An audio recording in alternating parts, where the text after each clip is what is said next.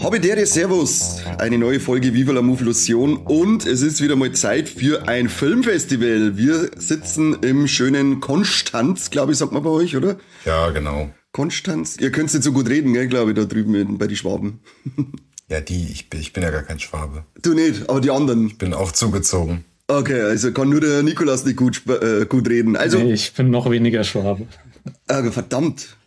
Ja, dann beleidigt man einfach insgesamt die Schwaben. Auf alle Fälle erstmal herzliches Willkommen an Nikolaus und Lukas, die beiden Gesichter hinter dem Schiffers Filmfestival, das jetzt dann Ende Oktober, nämlich ab dem 30. Oktober in Konstanz eben stattfindet. Steht das da, seid ihr zwei Süßen?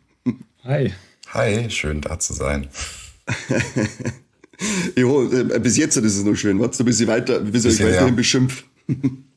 Heute machen wir es alleine, also sprich, ich bin alleine. Letztes Jahr war zumindest der Corby noch dabei, aber ich sag's immer wieder bei uns in die Kassettenschmerz-Folgen, meine Kollegen sind faule Schweine. Ich muss das ganze Ding hier alleine wuppen, aber das kriegen wir schon hin. Wir haben uns ja schon kennengelernt, in echt, in Natura. Drum keine Berührungsängste, wir können hier richtig die Sau rauslassen. Zum wievielten Mal ist uns Schiffers? Ich glaube, ihr feiert ein kleines Jubiläum, habe ich das richtig im Kopf? Genau, also wir haben tatsächlich 10-jähriges. Wir haben den Bums vor 10 Jahren gegründet, 2015. Und jetzt gibt's eine kleine Jubiläumsausgabe. Schlägt sich jetzt gar nicht so sehr im Programm nieder, aber so ein paar Special-Sachen haben wir uns auf jeden Fall schon mal überlegt. Bin ich gespannt, da gehen wir nachher noch genauer drauf ein, weil es mich nämlich interessiert, was ihr rundum noch für ein Programm bietet, neben den Filmen. Seid ihr beide Gründungsmitglieder, also seid ihr seit 10 Jahren dabei?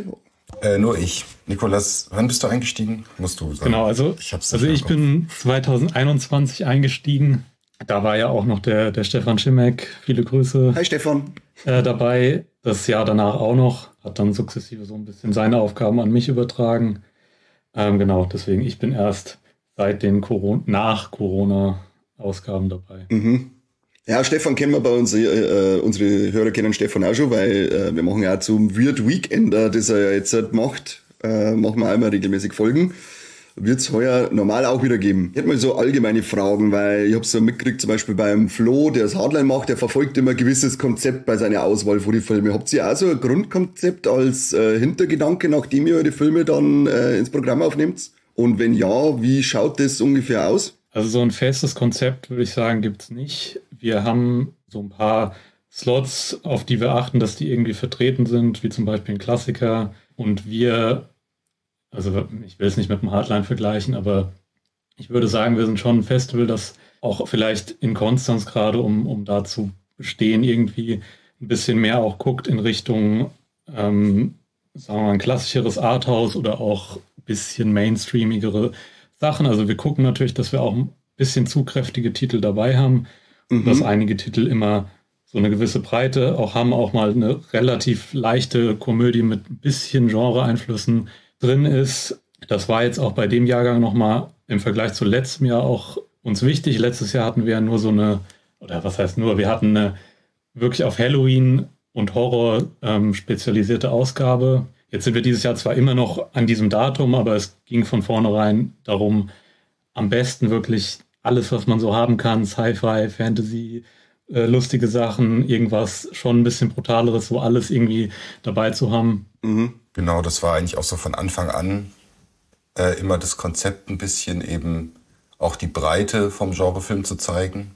Genau, und letztes Jahr haben wir eben da eine kleine Ausnahme gemacht, aber dieses Jahr gerade auch wegen Jubiläum haben wir dann gedacht, back to the roots.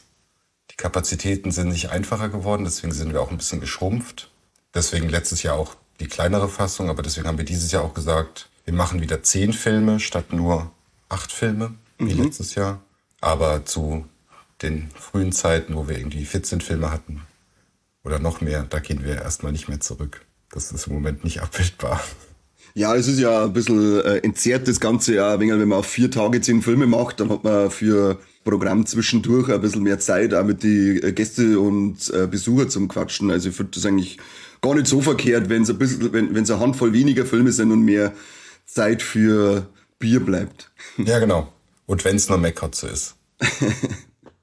Eben. Wie ist denn es bei euch eigentlich im Schiffers? Werden da die Filme hauptsächlich eingereicht oder fragt ihr die an? Wie ist denn da das Beschaffen bei der Filme bei euch gestaltet? Also es werden ganz, ganz selten Filme eingereicht. Also wir haben auch keine Plattform. Es gibt da ja einige, über die man das machen könnte, einfach um das ein bisschen selber zu kontrollieren zu können. Mhm. Auch von der Menge her, weil eben wir das ja dann auch irgendwie sichten müssen und vielleicht wir auch schon von vornherein ein bisschen kontrollieren wollen. Oder wenn wir jetzt zwischendrin sind und merken, uns fehlt irgendwie das Programm noch ein bestimmtes Genre oder sowas, dass wir da nochmal selber gezielt eigentlich aktiv eher sein wollen.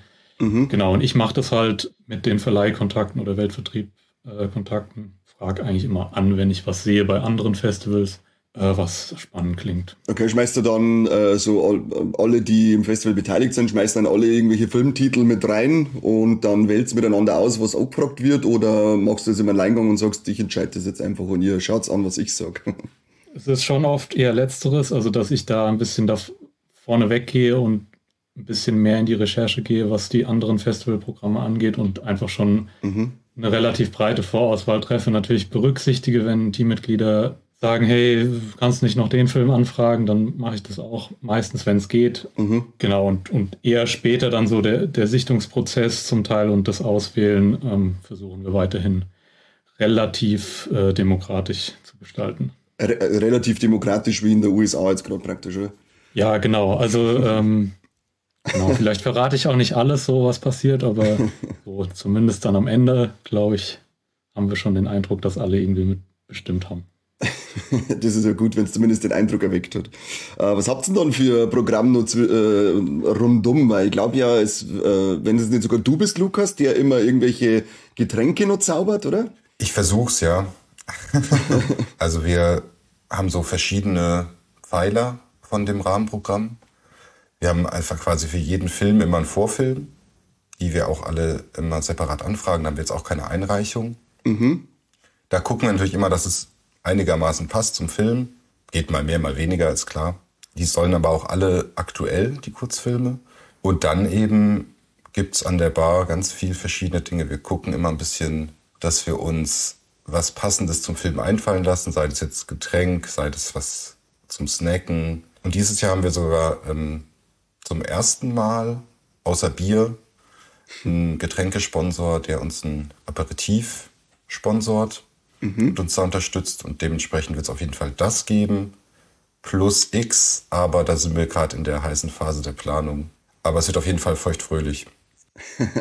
Ja, das ist gut zu hören. Ist die Bar, ist die auch in der Location? Weil ihr seid ja wieder im Zebra-Kino oder Zebras-Kino? Weiß jetzt gar nicht. Zebra-Kino. Im Zebra-Kino ist... Zebra. Okay, ist da die Bar dann auch im Kino oder wird die feuchtfröhliche Veranstaltung dann ausgelagert? Also das ist tatsächlich im Kino. Wir haben quasi so einen langen Gang und dann ist die Bar und an der Seite geht's dann in den Saal rein. Mhm. Das werden wir dann auch, da sind wir auch dran, dass wir den ganzen Eingangsbereich so ein bisschen dekorieren. Und an Halloween schauen wir mal, wo es da noch hingeht. Also ich denke mal, wenn der letzte Film zu Ende ist, wird es noch nicht zu Ende sein im Kino selber. Da geht es dann auch öfter mal länger. Aber wir haben im gleichen Haus auch noch 2 Locations, wo dann Halloween-Partys noch sind. Vielleicht zieht man da auch noch mit den Gästen hin. Wahrscheinlich ziemlich sicher zieht man da noch weiter. Ja, ich wollte gerade sagen, so wie ihr euch kennengelernt habt, wird das schon noch ein bisschen weitergezogen.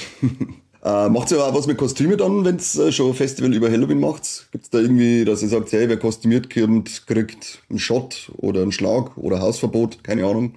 Da ist es im Moment so, dass wir noch nicht ganz genau wissen, wie.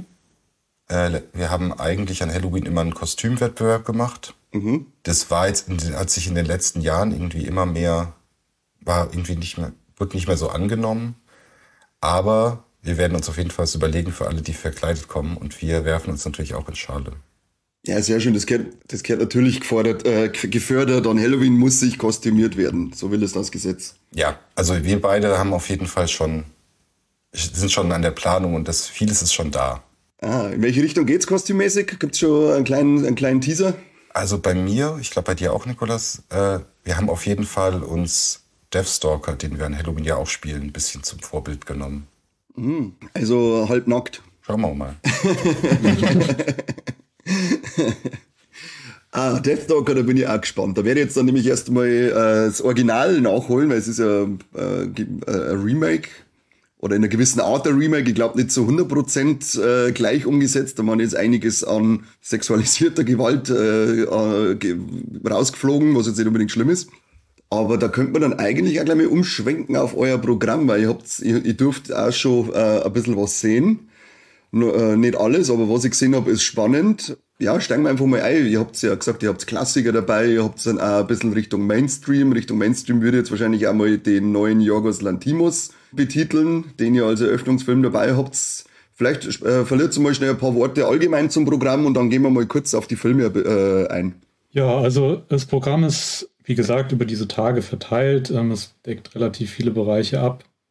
Wir starten eben da am Eröffnungstag, am Donnerstag mal mit einem Film, der auch recht publikumsträchtig sein sollte, einfach um das Ganze mal auch vom Jubiläum her so ein bisschen zu eröffnen.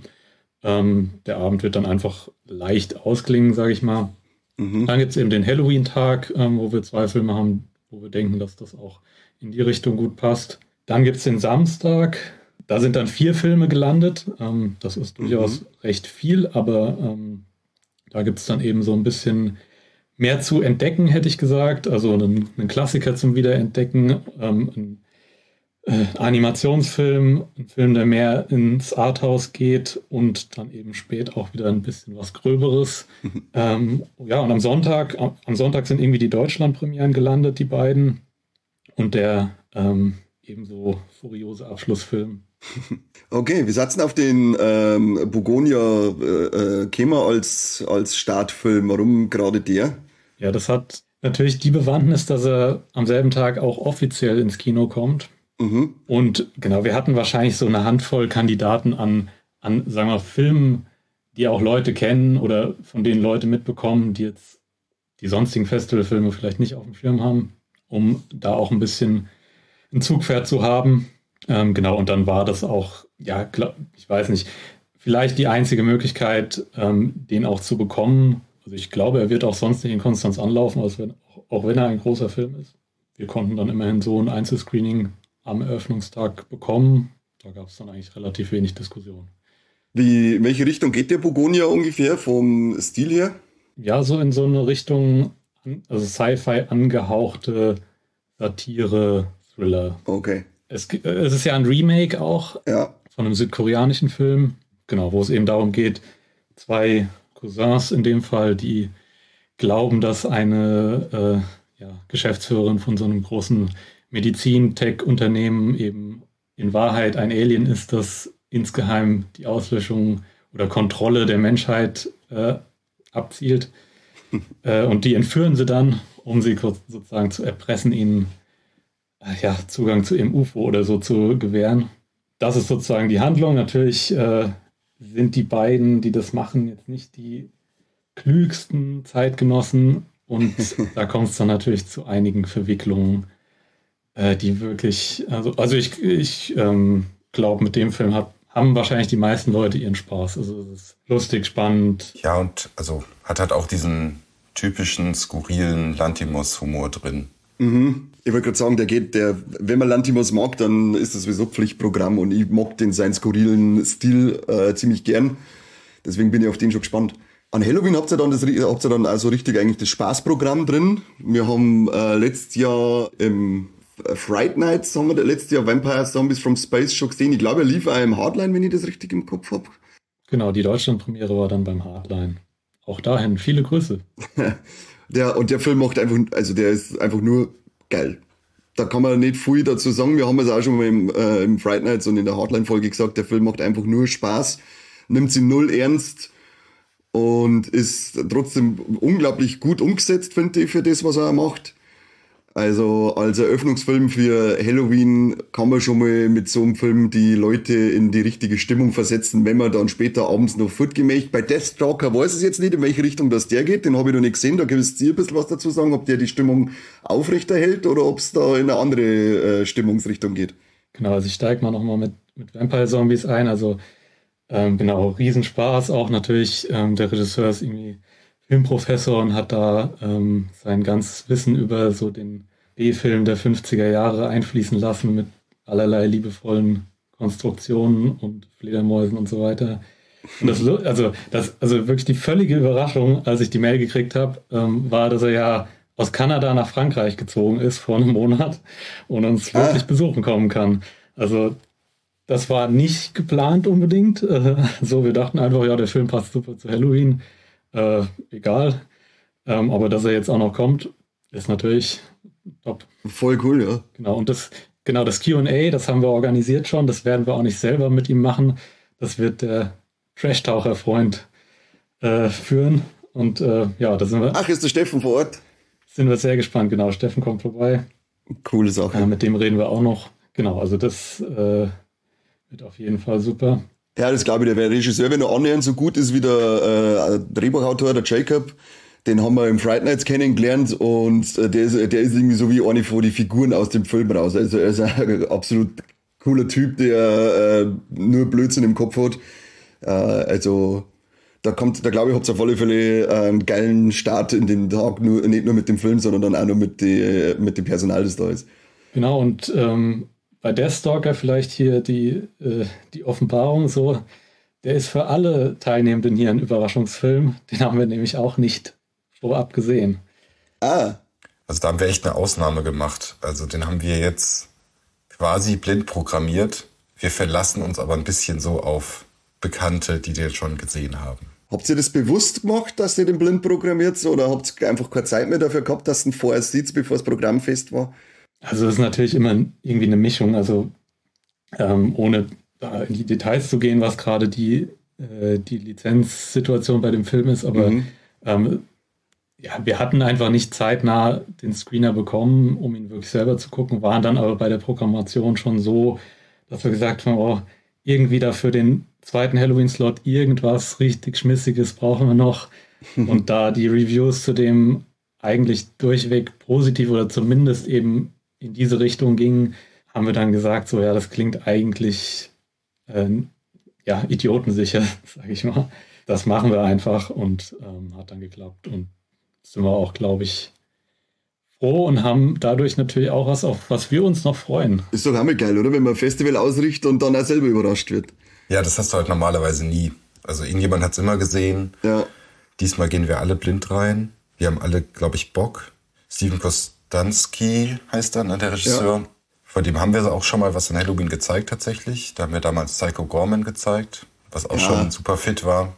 Das war schon eine spaßige Nummer. Ja, genau. Und wenn das so ein bisschen vom Gewaltgrad so ein bisschen in die Richtung geht und der Soundtrack soll ja auch sehr gut sein, sehr metallastig, dann können wir da, glaube ich, auch wenn die Partys im gleichen Haus unten in den Locations schon losgehen, ganz gut auch dagegenhalten. Ja, der Film wird einfach von vornherein aufgedreht. Würde ich auch machen, ja. Also gleich mal die andere Party überdecken.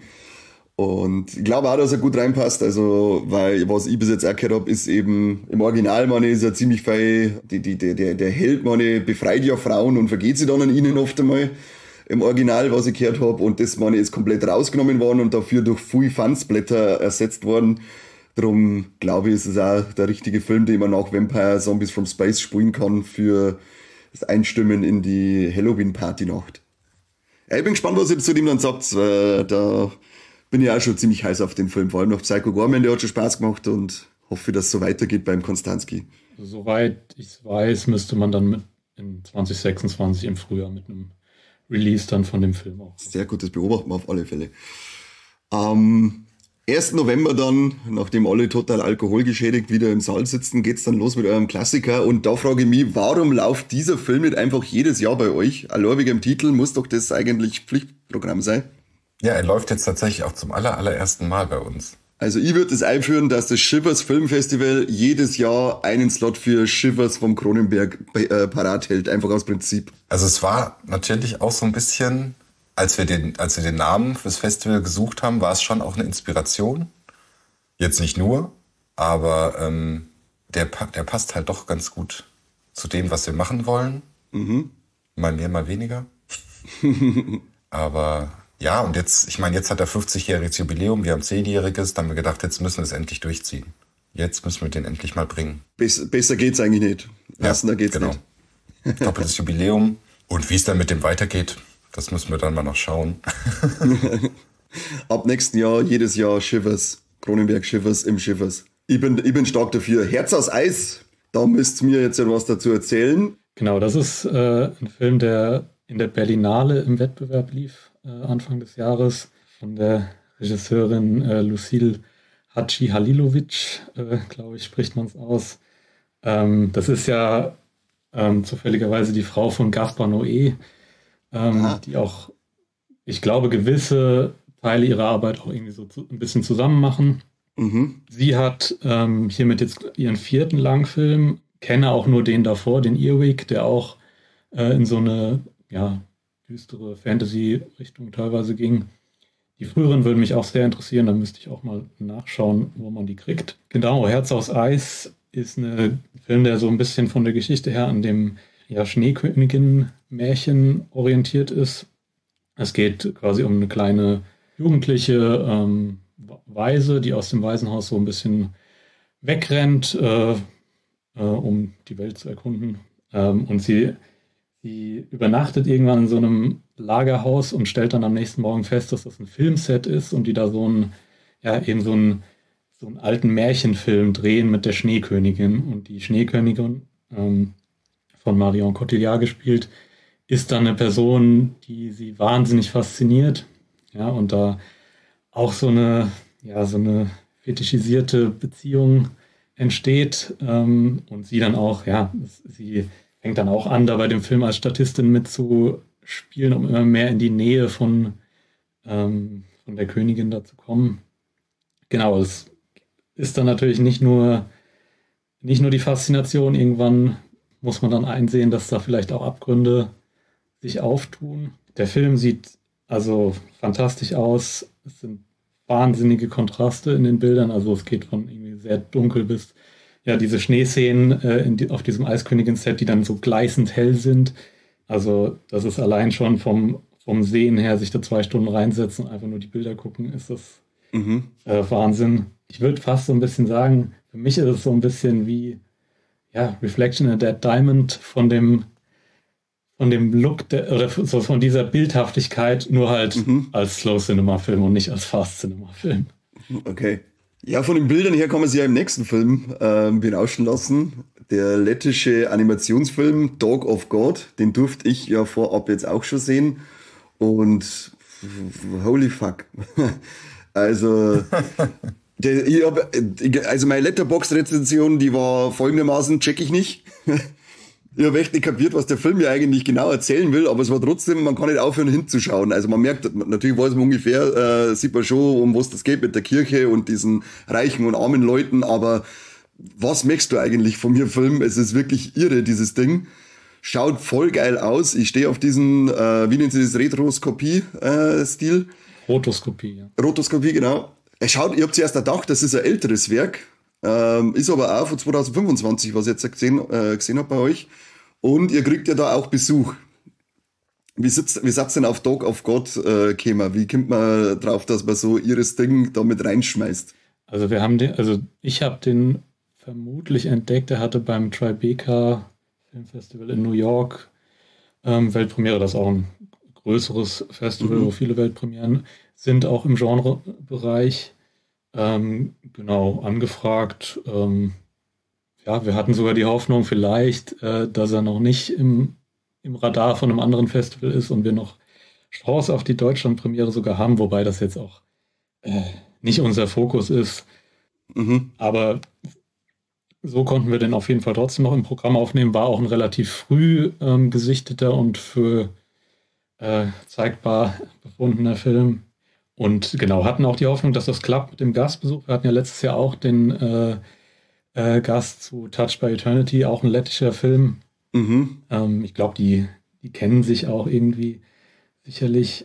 Ja, Lettland ist nicht so groß. Und genau, es kommen jetzt einer der beiden Regiebrüder, der Reitis, kommt zu Besuch und bringt die Set-Designerin mit. Was bei so einem Animationsfilm von der Art auch nochmal besonders interessant ist, weil das Prinzip dahinter ist ja, dass er quasi auf Grundlage von echt gefilmten Szenen, die erstmal aufgenommen werden und dann abgezeichnet werden, entsteht. Ja, allein dafür, also ich meine, ich kann auch sagen, so ja, der Film lässt einen durchaus verwirrt zurück, aber freuen uns, dass die beiden kommen und vielleicht die eine oder andere Frage klären. Das, glaube ich, ist bei dem Film echt eine gute Idee, dass man da noch Fragen stellen kann. Weil selbst wenn man sich den Inhalt durchliest, dann denkt man so, ja, aber trotzdem check ich nicht. Aber du schaust geil aus, Film. Ja, also es ist halt irgendwie, es geht ja so ein bisschen um die Hexenprozesse, diesen Werwolf-Mythos und so. Aber im Endeffekt ist es eigentlich, ja, ist halt das Setting für, ich will gar nicht zu viel dazu sagen eigentlich, den weirden Shit, der da passiert im Trailer, glaube ich, kommt es schon ganz gut rüber. Ja, würde auf alle Fälle empfehlen, eben, dass er sich den Trailer mal anschaut, nur um mal ein Gefühl für den Film zu kriegen. Und wenn man die Möglichkeit hat, sollte man auf alle Fälle mal gesehen haben. Ich glaube, das ist kein Film, den man sich öfter anschaut, weil der auch ziemlich anstrengend ist, fand jetzt ich, aber halt nicht negativ anstrengend. Ich finde, also irgendwie ist einfach, der ist echt was Besonderes gewesen. Der hat mich völlig überfahren, aber wenn ich nicht kapiere, wie gesagt, am Ende, was er mir genau sagen wollte, der Film. Das ist ja, wir sind jetzt am 1. November, das Finale ist dann Crafted. Mean Girls meets The Substance. Das ist dann jetzt auch euer blutiges Finale für diesen Tag, oder? Ist es so der wildeste Film auch vom Festival? Also auch der brutalste, sag ich jetzt mal? Würde ich mal so sagen, ja. Also es ist jetzt natürlich auch kein, also wenn man es mit letztem Jahr vergleicht, irgendwie In a Violent Nature oder so, was wir da auch hatten, das würde ich, also der Film ist natürlich das, was er ist. Wir hatten so ein bisschen auch versucht, sage ich mal, doch noch irgendwie so einen richtig harten Horrorfilm auch im Programm zu haben. Das hat jetzt halt, also haben wir jetzt dieses Jahr nicht so gefunden oder von der Qualität her gesehen. Und genau, jetzt haben wir den am Samstagabend spät. Und ich will da jetzt auch nicht so sagen, dass das jetzt so der super grobe Film ist. Das ist ja schon auch so ein Highschool Film, der einem eher doch das Grinsen ins Gesicht zaubert manchmal auch, als nur den Schrecken. Ist er dann, wenn ihr den da mit The Substance vergleicht, geht's dann auch schön in Richtung Body Horror? Oder ist es eher die Richtung, eher die Thematik, die ihr da mit aufgreift? Ja, also genau, diese Schönheitsthematik ist da in diesem Highschool-Kosmos da und es geht, also ich würde das nicht in dem Sinne als Body Horror bezeichnen. Also bei The Substance kommt es ja dann wirklich zu extremen Deformationen. Ja. Hier sind mehr so ein paar fiese Einzelszenen und körperlich medizinische Eingriffe, die vielleicht den einen oder anderen dann auch ein bisschen schockieren. Aber es ist doch... Ja, also irgendwo schon ein bisschen Body Horror, aber halt nicht so dieses klassische transformierende Körper, sondern eher die chirurgischen Eingriffe. Debütfilm von einer neuseeländischen Regisseurin. Genau, da haben wir, glaube ich, dadurch auch wirklich sämtliche Kontinente.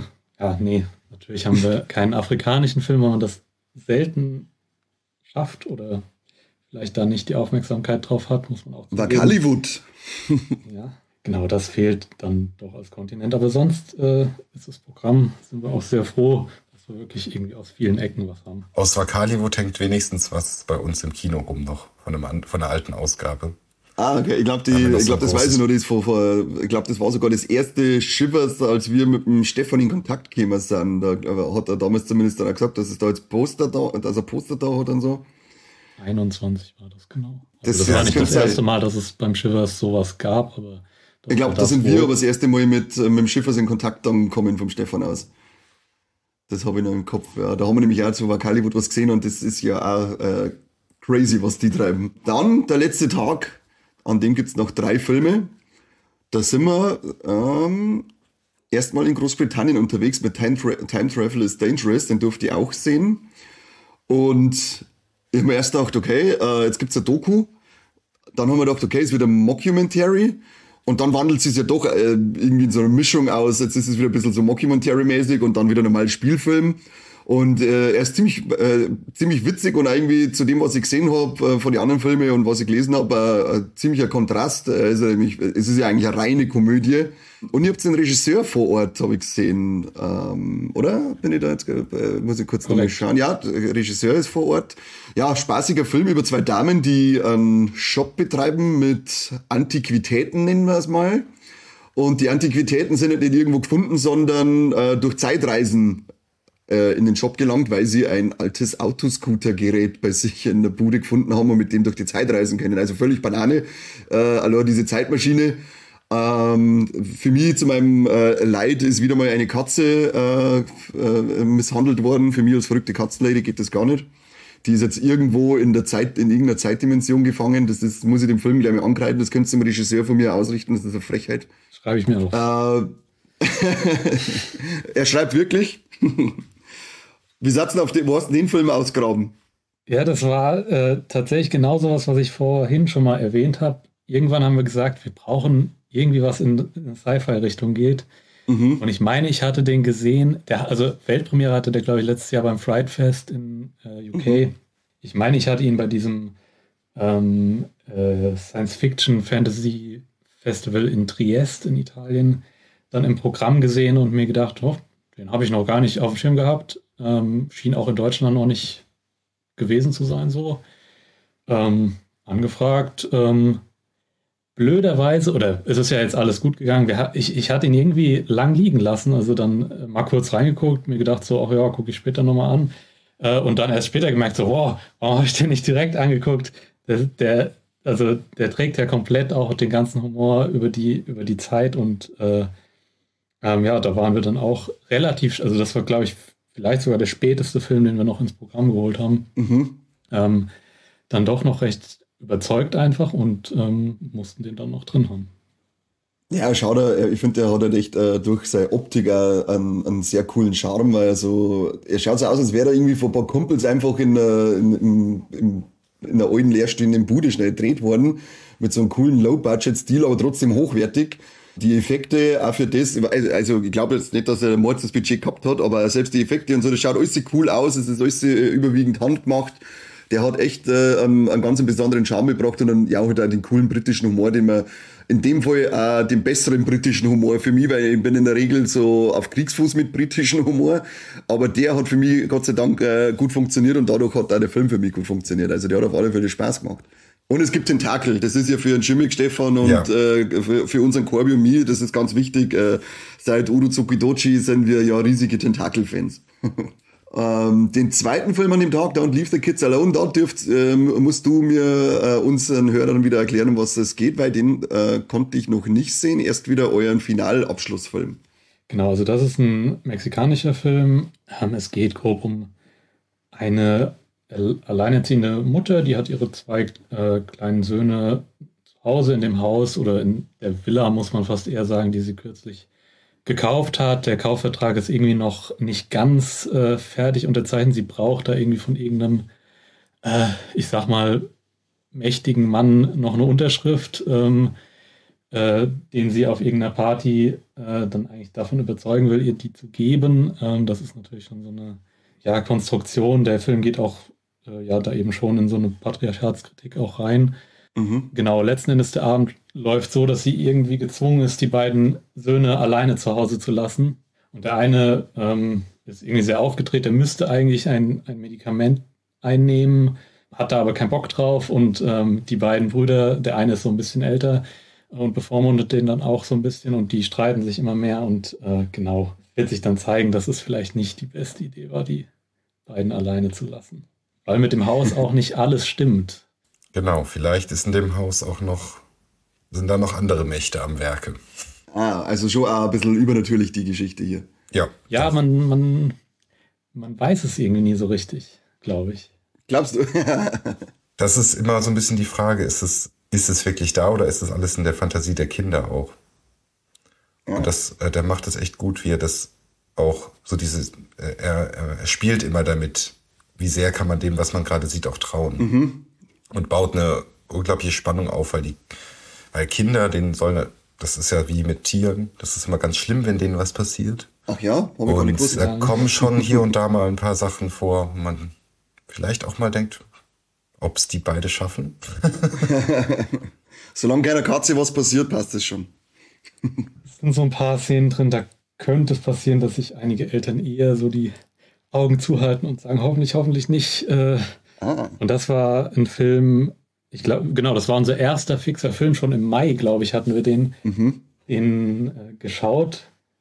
Und ja, direkt so, ja, super einfach, auch das hatte dann diesen Szenenwechsel im Haus, diese Party, wo die Mutter ist und so. Also wahnsinnig unterhaltsam und man wird irgendwie immer an der Nase rumgeführt, was als nächstes passiert. Mich hat es auch voll gewundert, so der läuft jetzt mal noch in Sieges dann so, aber hat gar nicht so den Bass bekommen, den ich ihm eigentlich wünschen würde, weil er auch technisch, kameramäßig wirklich wahnsinnig gut gemacht ist. Also jedes Bild sitzt fantastisch und ja, also haben wir uns auch sehr gefreut, dass wir den als Deutschland-Premiere zeigen dürfen. Da haben wir den Regisseur allerdings nicht einfliegen können, sage ich mal, aber er kommt per Online-Q&A in den Saal. Ah, cool. Ist es dann, klärt der Film die dann zumindest am Schluss auf oder lässt er dir als Zuschauer auch weiterhin mit dem zurück, dass du nicht weißt, was jetzt wirklich passiert ist oder nicht? Wolltest du es verraten oder sagst du, sagen wir jetzt gar nichts mehr dazu? Ich glaube, zum Ende sagen wir lieber gar nichts. Okay. Ich bin jetzt auf alle Fälle neugierig auf den Film. Den muss ich mir merken, weil so Filme, die mir an der Nase rumführen, die mag ich gern. Und dann haben wir das große Finale am 2. November mit A Useful Ghost. Und es ist ähnlich so wie Dog of God, also man dachte, holy shit, what the fuck, schaue ich mir da eigentlich gerade an. Für alle Liebhaber von Staubsaugern, schaut's euch Useful Ghost an. Das ist eine Liebesgeschichte der besonderen Art zum Teil und zum Teil eine Geistergeschichte der besonderen Art und insgesamt einfach ein Film über Staubsauger und Geister der besonderen Art. Wo hast du den Film ausgraben? Also der ist ja wirklich ein kompletter Kopffick eigentlich, das Ding. Ja, der lief in Cannes, war schon ein bisschen besser auf dem Radar, einfach weil auch ein deutscher Verleih schon am Start war. Das dauert noch ein bisschen, bis er ins Kino kommt. Das wird erst im März passieren. Auch so ein Film, wo ich mich lang gefragt habe, ob wir den anfragen, weil ich nicht wusste, wie sehr in Richtung Genre geht er denn. Ist er nicht vielleicht zu arthausig oder zu sehr Drama? Und wir wollen dann ja auch nicht zu viel in diese Richtung auch nur gehen. Oder dann nach dem Sehen, also war dann klar, okay, das ist ja eine Achterbahnfahrt. Gut, oh ja. Übertrieben, aber es kommt so viel da zusammen in dem Film. Man kann fast sagen, jetzt auch da an der Abschlussposition wird da irgendwie nochmal alles aus den anderen Filmen, die im Festival laufen, nochmal so einmal durch den Mixer gedreht und es kommt irgendwie was Einmaliges raus. Ja, für das wie Banane, oder wie Banane, das, was da ist, was man da sieht, ist es also geil, wie emotionslos, dass das alles gespielt wird. Es ist ja anscheinend auch bewusst irgendwie so gemacht worden. Da kriegst du eigentlich bis auf den Schluss, würde ich jetzt sagen, so gut wie von keiner Figur irgendwie ein bisschen Emotionen rüber, egal was da passiert, ob die jetzt halt eben ein Techtelmechtel mit einem Elektrogerät sehen oder ob die Geister sehen oder ob die sonst irgendwas sehen. Es ist alles total, oh, Geister, okay. Oh, der macht mit dem Staubsauger rum. Okay. Als wäre das alles ein ganz normaler Alltag bei denen. Das ist so, ich finde diesen Kontrast da auch so geil zu dem, was da passiert und zu der Reaktion immer von den Figuren. Ja, also der hat ein schönes, so asiatisches Understatement die ganze Zeit. Muss ich sagen. Sehr fein inszeniert, dann trotz den Sachen, die so passieren. Und ja, super lustig. Also ich glaube, also für mich hat er eine der lustigsten Szenen, die ich so das Jahr gesehen habe. Ja, er kann auf alle Fälle also ich finde, er hat viele lustige Szenen mit drinnen. Vor allem in der ersten Hälfte würde ich sagen, überwiegend. Da ist er noch humorvoller als in der zweiten. Er wechselt dann schon ein bisschen seinen Stil, aber er bleibt sich insgesamt doch ziemlich ertreu mit diesen, geilen Weirdo-Humor, den man da die ganze Zeit drinnen hat. Genau, und packt dann erst am Ende nochmal dann wirklich die Axt aus. Genau. Oder halt den Golfschläger. Ja. Und super spannend, weil das ja ein Regiedebüt ist, glaube ich, ne? Wenn ich es jetzt richtig im Kopf habe. Also das Spielfilmdebüt von dem Regisseur und das finde ich schon krass. So ein Ding als Debüt, das musst du erstmal machen. Absolut, ja. Es ist ziemlich mutig als Debüt mit so einem Film, mit sowas zum Starten, weil du kannst ja da mit so einem Ding stößt du einen Otto-Normalschauer, sage ich mal, Vollgas vor den Kopf. Ja, genau. Das ist definitiv was für den, wie der Mike immer sagt, für den erfahrenen Filmschauer. Dann ist das Schiffers leider schon wieder vorbei an dem Tag. Das ist ja schade. Müssen wir doch wieder auf 14 Filme hochsteigen. Traut's euch nicht. Ja. Nee, also wir sind eigentlich sehr zufrieden mit diesem Wochenendkonzept. Genau, also so 10 Filme, wie du schon gesagt hast, ist eigentlich ein gutes Maß. Ja. Auch um genügend Zwischenraum zu haben. Jetzt haben wir so 3 Filmgäste vor Ort an 3 Tagen. Also ein vollgepacktes Programm für uns. Also perfekt. Und was wir nicht vergessen dürfen, ihr habt ja auch vor jedem Langfilm immer noch einen Kurzfilm. Das hätte man jetzt fast unterschlagen, diese Info. Und da dürft ihr euch auch auf einige verrückte und kuriose Geschichten freuen. Da habe ich auch schon einiges sehen dürfen an dem Vorfilm. Vor allem mein kleines persönliches Highlight waren die ungefähr 1 Minute 40 lange Geschichte mit den Knetfiguren und den Aliens.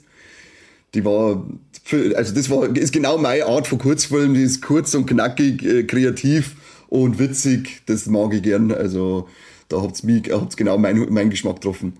Genau, du redest natürlich von Cosmic Crash, den du ja schon beim Hardline gesehen hast. Der ist mir vielleicht im Hardline entgangen.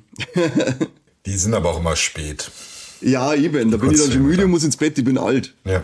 Ich mit meinen knackigen 23, ich kann nicht mehr so lange wach bleiben und mich so lange konzentrieren. Das ist ein schweres Kreuz, das ich hier zu tragen habe. Den gibt's dann vor Dog of God. Richtig. Ja, da passt er gut hin auf dem Stil. Ja. Also zwar jetzt nicht von der Thematik, aber so vom Stil. Was ist euer Highlight an Vorfilmen? Euer persönliches Highlight? Oh, ich find's witzig. Was ich witzig finde, ist Vegan Mayo. Der ist auch so what the fuck. Ja. Würde wahrscheinlich ganz gut auch vor Dog of God passen, aber allein wegen dem Namen haben wir den jetzt vielleicht nicht ganz so passend vor Time Travel is Dangerous gepackt. Weil da gibt's ja auch noch Frühstück bei Time Travel is Dangerous. Dann kann man schon die Verbindung schlagen. Genau. Ich kann dir gar nicht so genau sagen, um was es da geht. Es ist wild, aber ich fand ihn einfach visuell total geil. Und bei dir, Niklas, was ist dein Highlight an Vorfilmen?